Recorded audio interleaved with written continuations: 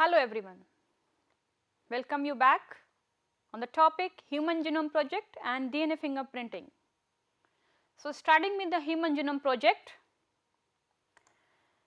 Human Genome Project was a mega project that aimed to sequence every base in human genome. Human Genome Project was a mega project in which various countries, so many peoples were involved to find out the bases present in the human genome. This project has yielded much new information. So many new information was given by Human Genome Project. Many new areas and avenues have opened up as a consequences of the project. Because of Human Genome Project, so many different new areas was being opened up so that the further experimentation can be done in human genome. This project began in 1990, 15 years effort, 18 countries participated in the worldwide effort. So you can see it is not a small project, it was a mega project in which almost 18 countries were involved and it took almost 15 years to being completed. In September 99, there was a public announcement about this Human Genome Project and a rough draft by spring 2000. A draft was published in year 2000. About 90% of the genome, human genome was being completed and a complete high quality DNA sequence was given in 2003.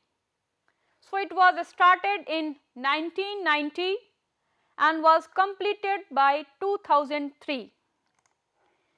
Human Genome Project assembles 12,000 bases every minute. You can imagine in a single minute 12,000 bases was assembled by this project. 15 billion raw base pairs were sequenced to reach the 2 billions. Each area of chromosome at least 4 to 5 times to ensure that the data deposited is accurate. So whenever certain data was being deposited as a raw information, it was checked by 4 to 5 times to ensure the accuracy of the project, and there was a depth of coverage. So many different sequences were given by Human Genome Project.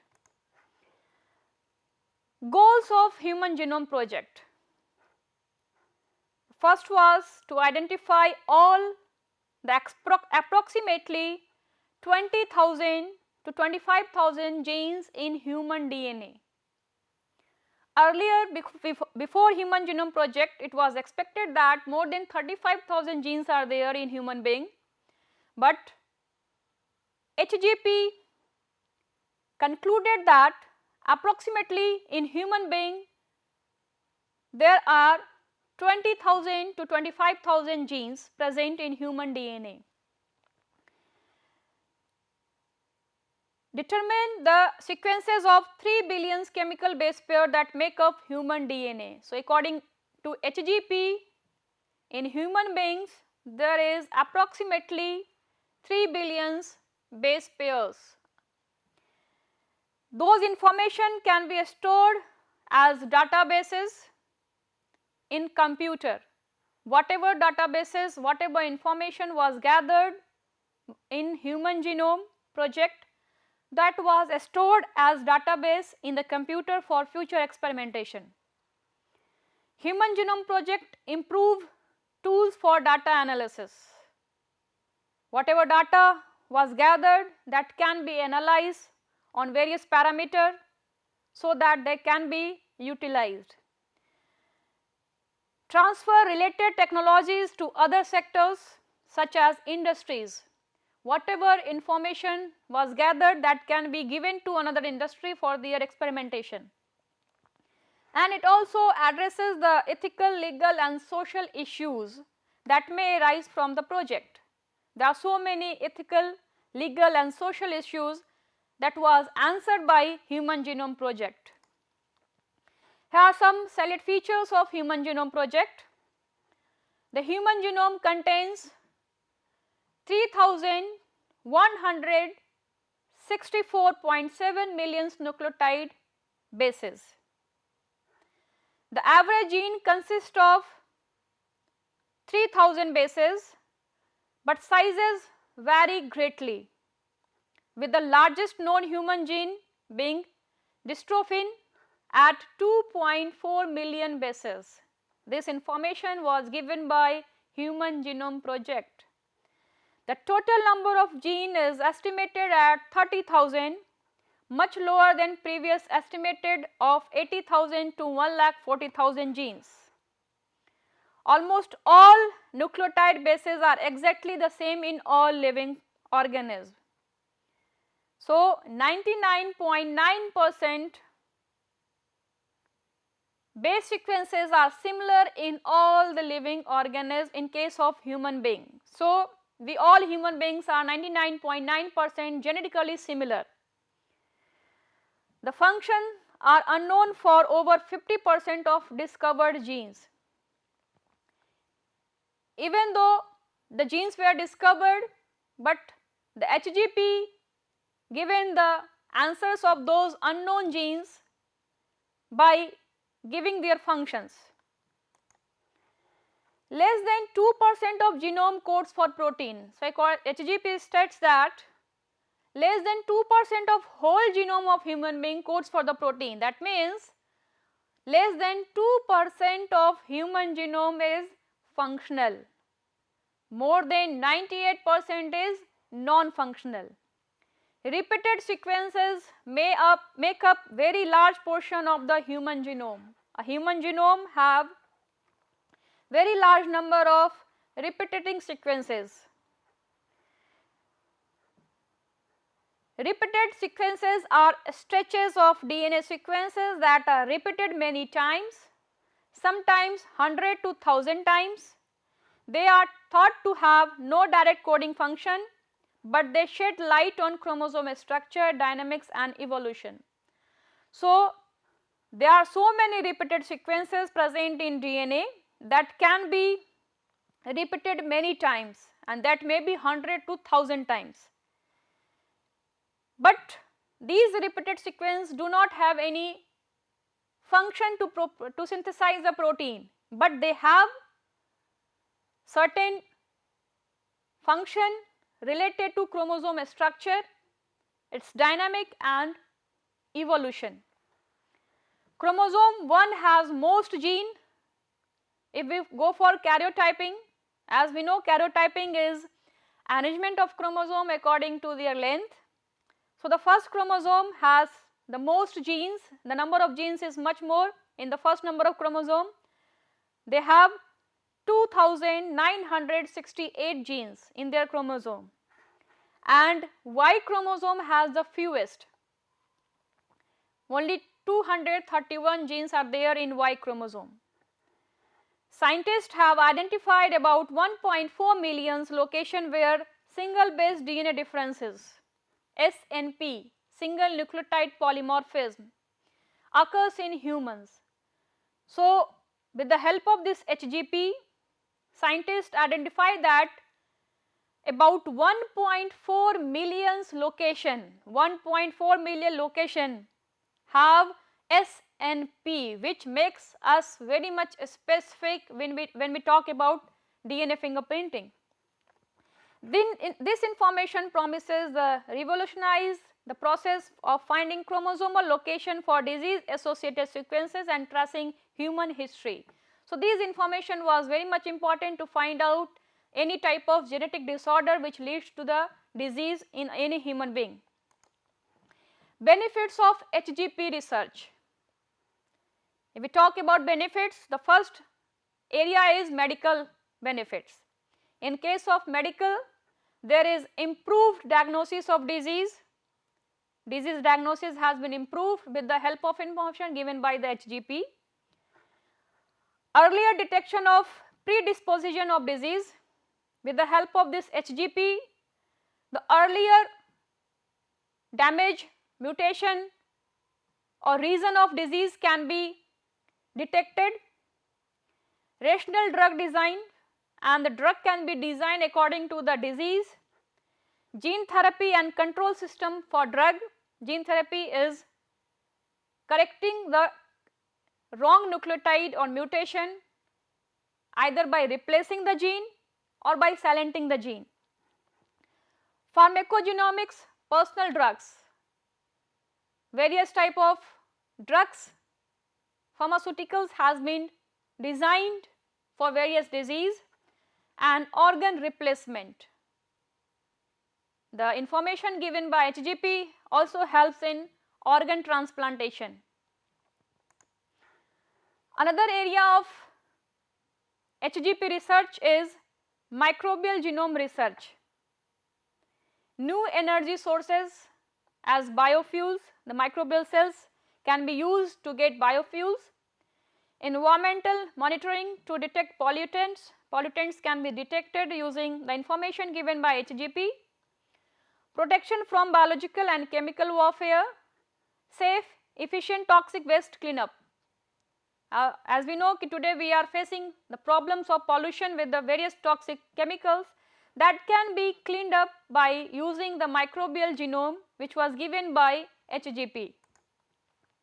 In case of forensic science, the HGP research help us to identify potential suspects at crime scenes.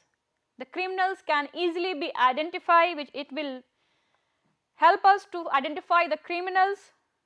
This we will learn in DNA fingerprinting. Exonerate wrongly accused person. HGP also helps to rescue the wrong one, the person who has not performed any crime and was arrested for certain reason. It also helps to identify crime and catastrophe victims. It establishes the paternity and other family relations. The paternity dispute, the child dispute was solved by the HGP research. Identify endangered and protected species as an aid to welfare officials. So many endangered species of animals have been identified and their genome has been preserved. Detect bacteria and other microorganisms that may pollute air, water, soil and food. So, the bacteria which causes the pollution of air, water, soil and food has been detected and their disinfection has been given by the HGP. Match organ donors with recipient in transplant programs. During transplantation, as we know, we need to match the foreign organs with the recipient. This matching was easily being done by the HGP research. Determine pedigree for seed or livestock breeds. Authenticate consumables such as caviar and wine. So, these are certain benefits of HGP research. In case of agriculture and livestock, disease, insect and drought resistant crop has been created. Healthier, more productive, disease resistance farms animals has been produced. More nutritious plants has been produced. Biopesticides have been produced. Edible vaccines incorporated into food products was given by HGP research. Do you know what is edible vaccine? Edible vaccines are those vaccines which are taken as food in the form of fruits or any part of the plant. New environmental cleanup uses for plant like tobacco. So many different researches is also being done in that field of agriculture and livestock. In case of evolution and human immigration, it uses germline mutation in lineage to study evolution. Study migration of different population groups based on female genetic inheritance. Study mutation on the evolutionary stable Y chromosome to trace lineage and migration. Compare breakpoints in the evolution of mutation with ages of population and historical events. Assess health damage and risk caused by the radiation exposure, including low dose exposure. So, if we are being exposed by certain radiation that may cause the mutation in the DNA, and that can be assessed by the Human Genome Project. Assess health damage and risk caused by exposure to mutagenic chemicals and cancer causing toxic chemicals. So, HGP also helps to identify various type of mutation caused by chemical mutagen, reduce the likelihood and heritable mutation. So, HGP was a mega project which gives us so many information, and still the research are going on so that it can be exploited for better experimentation. Now, the next topic of today's session is DNA fingerprinting.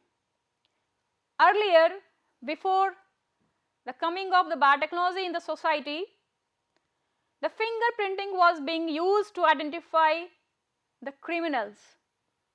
Every individual have a specific fingerprinting pattern, and accordingly they would be identified. Nowadays, these fingerprinting are done in DNA. So, what is DNA fingerprinting? DNA fingerprinting is a technique to find out variation in individual of a population at DNA level, or DNA fingerprinting is a method used to identify an individual from a sample of DNA by looking at unique pattern in their DNA. So, DNA fingerprinting help us to identify the variation in individual in any living organism by looking up into the DNA.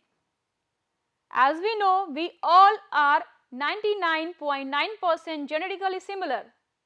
Only 0.1 to 0.2% we are genetically dissimilar, and this differences in DNA makes us very much specific in our genome. And because of these changes in DNA, we have a specific DNA in our genome, which will leads to identification of various criminals, even in case of child dispute, paternity dispute, or in case of rape. It works on the principle of polymorphism in DNA sequences. So, DNA fingerprinting works on polymorphism of DNA. Polymorphism means variation. So many different sequences are there in our DNA, in our genome, and that polymorphism, that variation makes us genetically specific than that of another human being.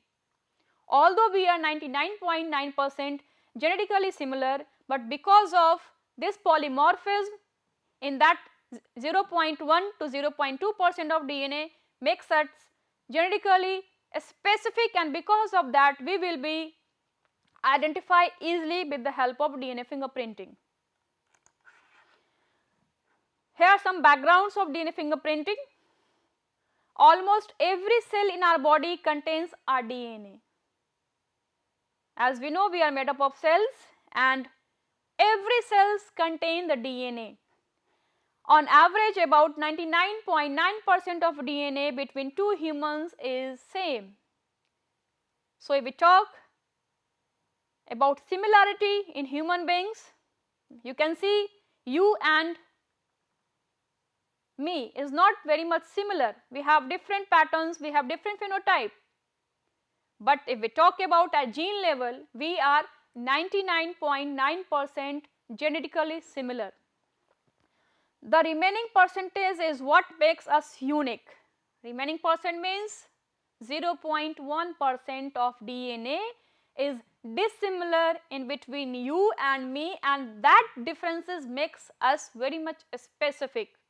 Although phenotypically we are dissimilar, but genetically we are 99.9% similar. Only the 0.1% dissimilarity in genes makes us specific. You are specific because of that 0.1%, and I am specific because of 0.1% of that genome. Although this should sound like a small amount, it means that there are around 3 million base pairs that are different between two people. These differences can be compared and used to help distinguish from one from someone else. So, according to HGP, we have approximately 3 into 10 to the power 9 base pairs, and these 3 into 10 to the power 9 base pairs have some differences which leads to the 0.1% dissimilarity and makes us genetically specific. Mini satellites are short sequences, approximately 10 to 16 base pairs of repetitive DNA that show greater variation from one person to next than other parts of the genome. This variation is exhibited in the numbers of repeated units of or stutters in the mini satellite sequences. So many different type of polymorphism in DNA. One is mini satellite, which is also considered as repetitive sequences which are being repeated again and again in the genome. The length of that DNA fragment may be from 10 to 16 base pairs. The first mini satellite was discovered in 1980. DNA fingerprinting was invented in 1984 by Professor Sir Alex Jeffrey after he realized you could have detect variation in human DNA in the form of these mini satellite. So, DNA fingerprinting was given by Professor Sir Alex Jeffrey in 1984. DNA fingerprinting is a technique that simultaneously detects lots of mini satellite in the genome to produce a pattern unique to an individual. Earlier, the mini satellite was first utilized by the Sir Alex Jeffrey to identify a particular unknown human being. Nowadays, so many different type of polymorphism is there which is being utilized in DNA fingerprinting. The probability of having two people with the same DNA fingerprints that are not identical twins are very small. So, two people having the same DNA fingerprintings is rare to happen, excepting the twins. The twins have the exact DNA copies. So, leaving the twins, excepting the twins, no human beings can have same DNA fingerprints. Just like your actual fingerprints, your DNA fingerprint is something you are born with, it is a unique to you. So, as we have a unique pattern of fingerprinting pattern in our fingers, like that every human beings have a unique DNA fingerprintings. Now, here are some steps which is being followed in DNA fingerprinting. The first is isolation of DNA. Suppose we need to go for DNA fingerprinting. So, first you have to select a cell. From these cells we can isolate the DNA. So, first step of DNA fingerprinting is isolation of DNA. This DNA will be isolated from the cell. Next step is digestion of DNA by restriction in the nuclease. As we know, this DNA is very much bulky in nature. This DNA will be fragmentized by using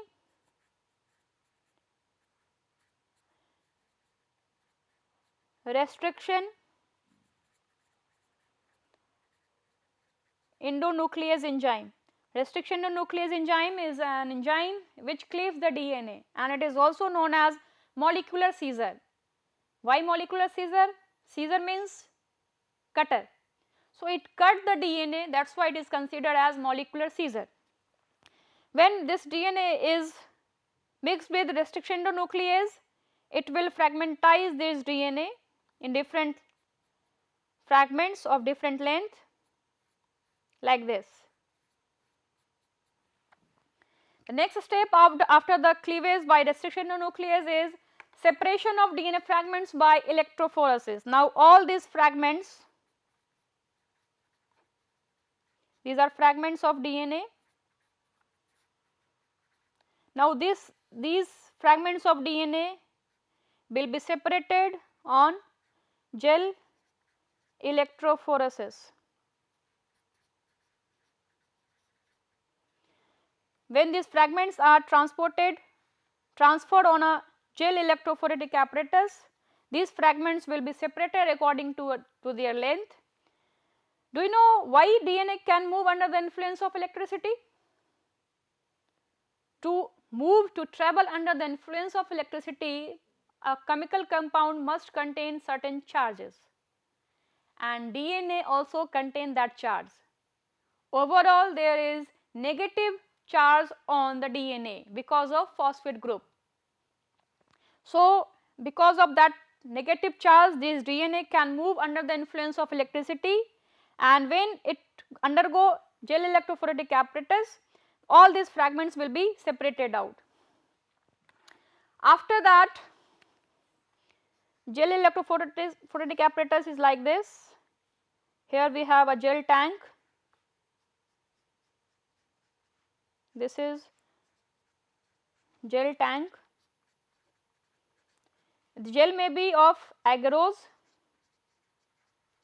or polyacrylamide.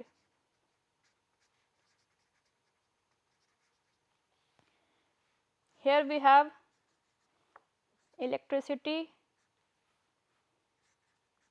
cathode and anode. Here we have buffer tank.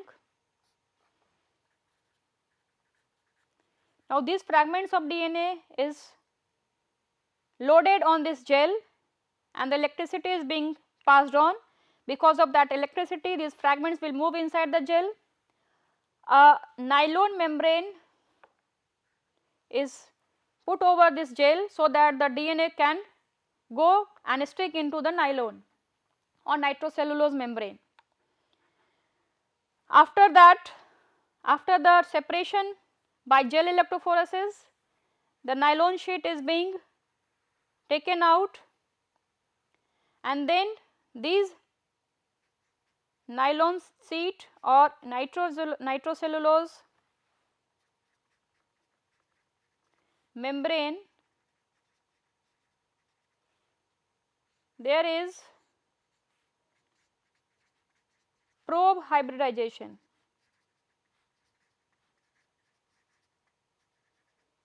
Probe hybridization means probe is artificially synthesized oligonucleotides which may be radio labeled or fluorescent labeled. So, these probes will hybridize the DNA present in this nylon or nitrocellulose membrane, and then this membrane will undergo autoradiography. After autoradiography, you will find the pattern of DNA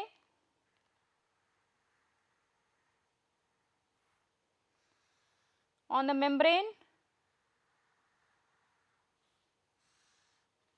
The bands, you can see the bands of DNA, and this band of DNA on the membrane is called autoradiography. And now this autoradiogram is being compared by different patient, different peoples, different criminals to identify an unknown person. So, I hope the steps would be clear to you. The first, we will take the cell from where we have to isolate the DNA. We will isolate the DNA. Being bulky in nature, the DNA will be fragmentized in different fragments of different length using restriction to nuclease. These fragments will be separated according to their length by using gel electrophoretic apparatus. We will put a nylon or nitrocellulose membrane over the gel. All the fragments, separated fragments of DNA will stick on this membrane. We will take out the membrane. The transfer of DNA from gel to membrane is called blotting, and the whole technique is also considered as also known as Southern blotting. It was given by a scientist Southern, that is why it is known as Southern blotting, and transfer of DNA from gel to membrane is called blotting.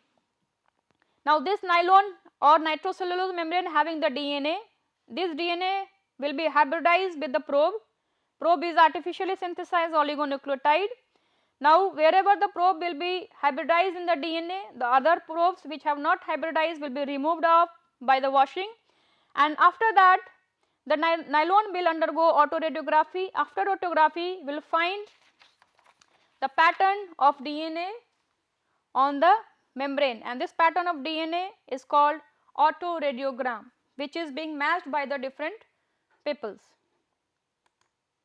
So, these are the steps of DNA fingerprinting.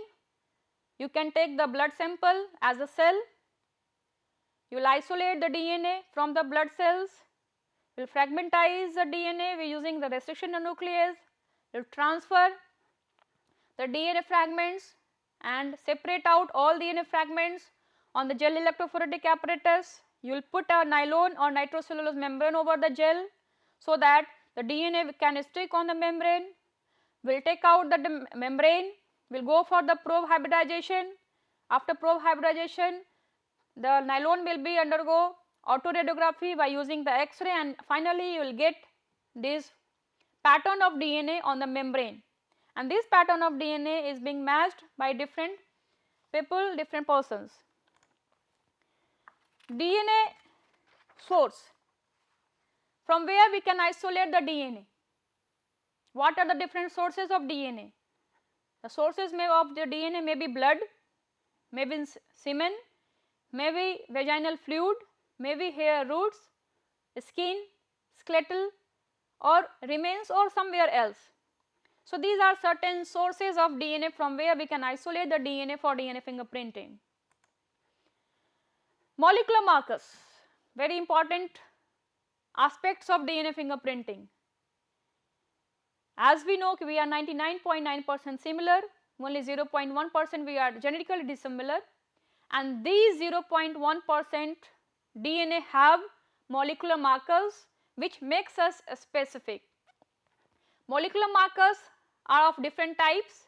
It may be RFLP, that is restriction fragment length polymorphism, VNTR, variable number tandem repeats, short tandem repeats STR, SNP, single nucleotide polymorphism, RAPD, random amplified polymorphic DNA. So, these are certain molecular markers which makes us very much specific, and because of this only we will be identified if we are doing any crime.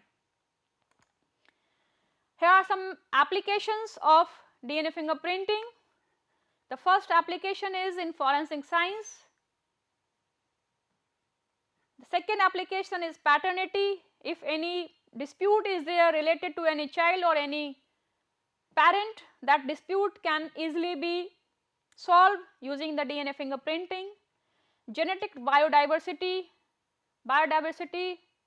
genetics can be easily studied using the DNA fingerprinting, and evolutionary biology, evolution can easily be studied using the DNA fingerprinting. What are the differences in the evolution? We can easily detect using the DNA fingerprinting. Now, let us answer this question. Spend HGP, yes, Human Genome Project, HGP. How many base pairs are there in human? According to HGP, we have approximately 3 into 10 to the power 9 base pairs. What is DNA fingerprinting? DNA fingerprinting is a technique, is a method to identify the variation in the individual among the population so that the disputes can be solved. What is the principle of DNA fingerprinting? DNA fingerprinting works on polymorphism in the DNA. Many of the DNA fragments show polymorphism. That polymorphism in the DNA is called molecular marker, that may be RAPD, RFLP, STR, VNTR, SNP and etc.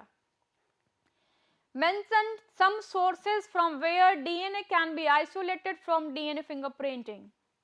For DNA fingerprinting, from where we can isolate the DNA? We can isolate the DNA from the blood, from the semen, vaginal fluid, root hairs and etc. So, I hope this question must be clear and the session would be useful for us. So, I hope the HGP and DNA fingerprinting must be clear to you and you would be able to answer the question which is there in your textbook. Before ending up my session, let us answer the question which I asked in my earlier session and the question which was asked to my students. The first question is, what is gene expression? So, which we learn in regulation of gene expression.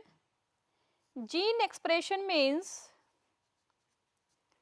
how a gene express itself, that is how a DNA transfer its information to RNA and then from RNA to protein. So, formation of protein from DNA via RNA is called gene expression. In case of RNA, as we know, there are three types of RNAs, mainly transfer RNA, messenger RNA and ribosomal RNA. So, out of these three RNA, mainly the messenger RNA codes for protein,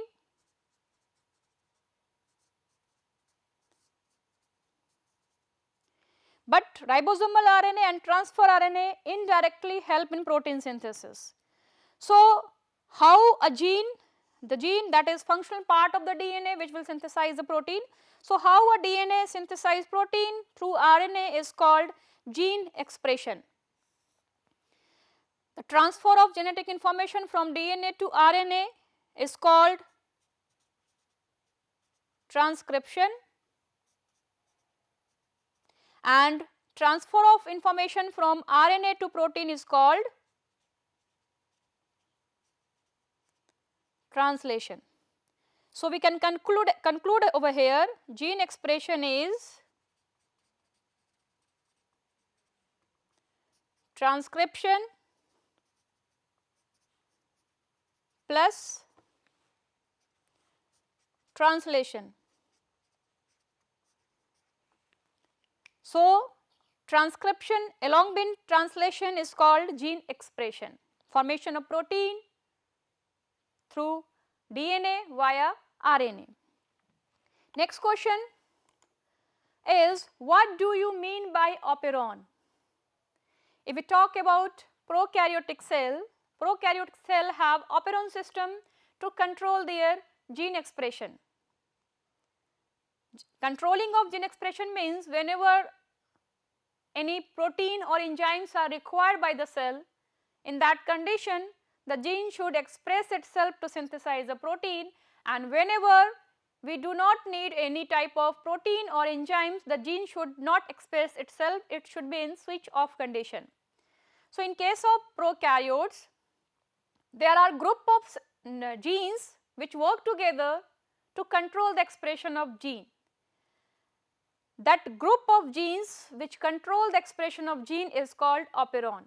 The operon consists regulatory genes, operator, promoter and structural genes. These all genes combines together to form a operon system, and the operon system is called the regulatory sequences of the prokaryotic cell. The next question is, differentiate between inducible and repressible operon. This we learn in regulation of gene expression in prokaryote.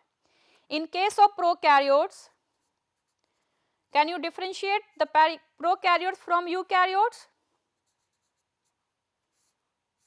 Yes, prokaryote do not have a nuclear membrane to enclose the genetic material, as well as the prokaryotes lacks the membrane bounded organelle like mitochondria, like chloroplast, like endoplasmic reticulum, Golgi body and etc. So, in case of prokaryotes, the operon system is there,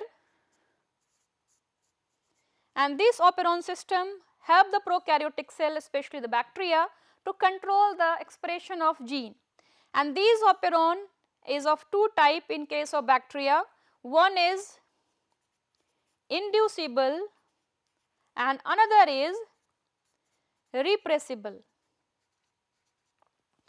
In case of inducible, the genes are normally switched off. In case of inducible operon system, normally the genes are switched off, means the genes are not expressing themselves to synthesize the protein, but the genes can be induced to express itself. So, the genes which are in switch off condition normally can be induced by certain factors, certain substrate to express themselves. An example of inducible operon system is Lac Operon. Lac means lactose. Lactose is one of the carbohydrate which gives the energy to the living system. In case of repressible operon system, the genes are normally switched on. In case of repressible operon, normally the genes are expressing themselves to synthesize the protein and they are in switched on condition. And to repress, to switch off the such type of genes, the genes are repressed to stop gene expression. So, here you can see example, we have Lac Operon in case of inducible operon system, and in case of repressible the example is Trp Operon system. So, we can conclude the differences. In inducible operon system, the genes are normally switched off, while in case of repressible system the genes are normally switched on. So, if the genes are normally switched off, they have to make certain protein or enzymes whenever they are required. So, genes are made to induce to synthesize the protein to express themselves. But in case of repressible operon system, the genes are normally switched on, so they are being repressed whenever we do not need such type of protein or amino acid, and then in that condition the genes are repressed to stop the gene expression. Example of inducible operon system is Lac Operon and repressible operon system is Trp Operon. So, I hope the differences must be clear to you. Inducible and repressible operon system which is found in prokaryotic cell, especially in bacteria. Give an example of inducible and repressible operon system. Example of inducible operon system is Lac Operon and repressible operon system is Trp Operon. Lac Operon means lactose operon and Trp means tryptophan operon system. If you can recall the concept, the Lac Operon have a gene organization like this: Lac Z, Lac Y and Lac X. Here they have operator and then promoter, and at some distance they have Lac I, repressor gene, and the promoter of the repressor gene. So, this Lac I synthesize the repressor protein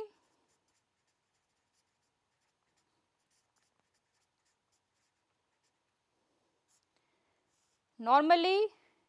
This repressor protein is active it can bind over the promoter and will block the RNA polymerase to move along the structural genes. But in the presence of lactose, some of the lactose is converted into allolactose. These allolactose will interact with these repressor protein and will inactivate it. And because of that, this repressor protein which is there over the operator will be removed and the operator will be free. At the promoter, the RNA polymerase can bind and will transcribe these genes to synthesize the protein. So, this is Lac Operon, lactose operon, which is an example of inducible operon system. While in case of Trp operon, Trp operon is repressible operon and Trp means tryptophan. Tryptophan is one of the amino acid. If we talk about the organization of DNA, there are 5 genes: Trpa, Trpb, Trpc, Trpd and Trpe with the operator and promoter. Here there is Trpi repressor protein will be synthesized. The repressor protein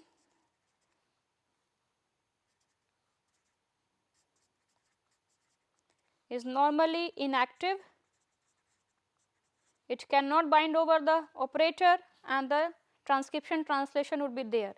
But in the presence of tryptophan, this protein will be, inactive protein will be activated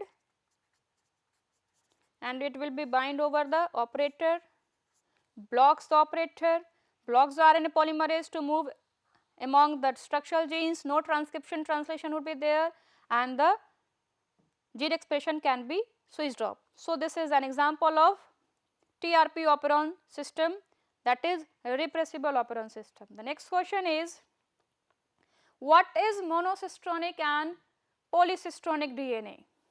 In case of bacteria, you can see for the synthesis of tryptophan, these genes are there, Trp A, B, C, D, E. Like in the case of Lac Operon, there are 3 genes, Lac Z, Lac Y and Lac X. Lac Z will synthesize beta galactosidase, Lac Y will synthesize permease and Lac X will synthesize acetyltransferase. So, all these genes are expressed to synthesize different genes, different proteins. But in case of eukaryotes, these genes are separated from each other. There are certain non-functional sequences between the 2 genes. But in case of bacteria or prokaryotes, these genes are close together, they are situated together and they are expressed simultaneously. Once the beta galactose had been synthesized, at the same time the permease enzyme will be synthesized and next to that acetyltransferase enzyme will be synthesized. So, these genes are present together are considered as polycistronic in case of bacteria, but in case of eukaryotes the genes are present at some distance. There is a gap between 2 genes. So, one gene will express at a certain time and in different time the another gene will be expressed. So, such type of DNA is called monocistronic DNA, which is present in eukaryotes.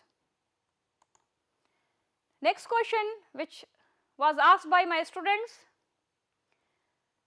how thymine dimers are formed? In case of DNA, you know if it is a DNA,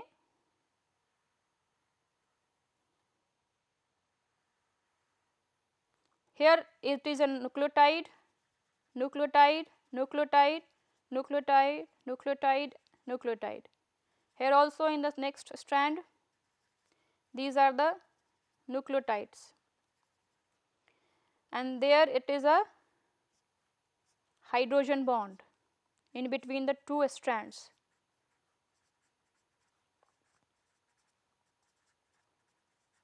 And this bond is called phosphodiester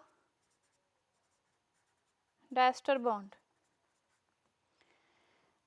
In between the two nucleotides, this is the phosphodiester bond.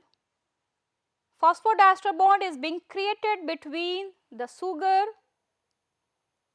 of one nucleotide and the phosphate of another nucleotide. There is no any bond in between the nitrogenous bases. Nitrogenous bases are bonded by hydrogen bond between two strands. But if anyhow, suppose here we have thymine nucleotide and here also a thymine nucleotide is there, and there is bond formation, unusual bond formation between the nitrogenous bases in a strand which is unusual. This type of bond formation is called thymine-thymine dimer. This is one of the type of mutation, and this is caused by a rays which is called as UV rays, that is ultraviolet rays. So, ultraviolet rays causes the thymine-thymine dimer formation in strands of the DNA which cause the mutation. Next question, why UV rays cause the mutation? You can see UV rays can cause the mutation because UV rays provides lots of energy, and because of that extra energy there will be unusual formation of bond. The next question is differentiate between repetitive DNA and satellite DNA. Repetitive DNA is the DNA sequences which are being repeated again and again in a genome, while satellite DNA is one of the type of repetitive DNA which when separated they will form a satellite pathway, a ring pathway which is same as that of the satellite. That is why it is considered as satellite DNA. So, here I am going to end my session. Hope you have enjoyed a lot and you have understand the concept of today's lesson. Thank you very much.